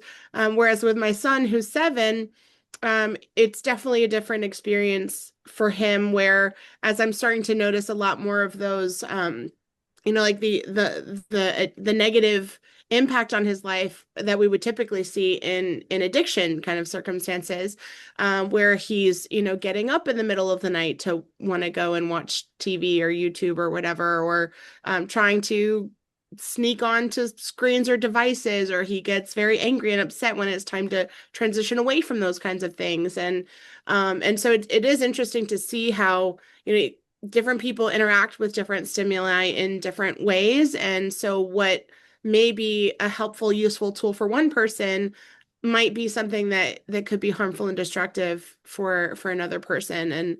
And whereas at the beginning of my unschooling journey, I don't know that I would have thought that or said that. Because it just I understand the philosophy of like when we give our children freedom with things, eventually the idea is that they'll self-regulate. But I see it even in myself, right? Like there are some people who can self-regulate very easily with, food and sugar or with alcohol or whatever. And then there are other people who just can't for whatever reason. And I don't know, it's a very interesting topic for me and just kind of figuring out how to manage this. I really love someone once said to me, like, life is about like figuring out who we are because we already are someone. And yeah, you got to know yourself and what is addictive to you, Yeah, and I what want can be harmful. yeah. Go ahead. I want to say a lot of what is difficult about like modern times is that we live in what I think, or what I, it seems to be a very unhealthy environment in general. Like we're social creatures, especially young children. They need a kind of a figure to attach to guide them in like real life things. Like if your son was in an environment, like I'm thinking this arts camp, people were physically building stuff around him and he could like go see an adult building an interesting project, and that person could mentor him, and then he could go see some people playing music, and like this is like my fantasy world, whatever. And and then there was a screen sitting off in the corner. I don't think he would be I don't think it would have such a big pull. But like if he's by himself, he's lonely and he wants to connect, and there's a place where there's full of people, like the internet is full of people. And I think that loneliness may drive a lot of these addictive behaviors because it's a compensation for something. And then so self-awareness I've about definitely that. noticed that too. Like I've noticed that, when I can be more like present and engage with him, and there's less of an appeal for those kinds of things. And like we talked about before, just having that presence and that intention. But yes, it is challenging. Especially for me, like I'm a single mom, and I do have my best friend and my mom who also live with us, so it's not like they're ever alone in that sense. But he does. I can tell like he's getting to that point where he really is craving more of that like time and attention from me in particular. With my son in particular, he's 7, and I know there's some other factors that also kind of contribute to like his like the draw of screens and technology and things like that for him. But I have definitely observed with him that when I can be more like present and active and engage with him, there's definitely less of an appeal, and it just kind of naturally goes away. And then also too, when he's engaged in other activities that he really likes and enjoys, then it's not even a thought. But it is definitely challenging to navigate and try. I know this is good, so I'm going to try to wrap up soon. I want to ask you guys. I know you all grew up as unschoolers to unschool your own children. She's asking if we're going to unschool our own children, I think. So, I mean, Esther, your kids are already in school. So I want to say I had intended to do that. And then my first husband died, and I wasn't in a position to do that. And then once we kind of got more settled, are we cutting out again? No, I can hear you. I don't know. Okay. I can hear you too. Okay, great. Yeah. So once that happened, everything was kind of in chaos. I mean, that was even before they entered school, but I couldn't see unschooling in that situation. And also my oldest is very social, and she was begging me to send her to school since she was like 3, and she loves school. And we had a very good school when she was like entering, it was maybe a preschool, but she had a very good experience, amazing teachers, very attentive, very emotionally intelligent. They helped her adapt to the, making friends. And now she loves school. If I even suggest the idea of unschooling or homeschooling, she gets upset at me. And my younger one, I would happily unschool her, but I think like her big sister, she wants to go to school. It's just like they want to be normal, It fascinates me. Yeah, I never thought the first of the next generation of our family would be such a good fit for school and so passionate about going to school and all that stuff. Never would have predicted that. Yeah. I think my partner's against like full unschooling, so I'm gonna probably try some kind of hybrid unschool homeschool. Try to get her the basic subjects using like the stuff we've talked about here of like try to find a way to get her interested so that I don't have to force her to homeschool. Basically. I want to say also one of the things that myself unschooling helped me be aware of is I think it's really important for kids to have activities outside of school, like education. And so I put them in, they call them hugim, but like, what's that in English? Like groups, I don't like know. learning groups, whatever. But I don't know, it was a lot of circumstantial things made it hard to get them to the groups. They're like right now they're not in groups, but I really want them to be Oh, like learning some. co-op or It's like you pay. It's like maybe just a class, maybe. You cut out. You said what about, but then you didn't. It cut out. oh no. Okay. I wasn't sure if Shira or Sheva had shared. Oh, well, I don't have kids.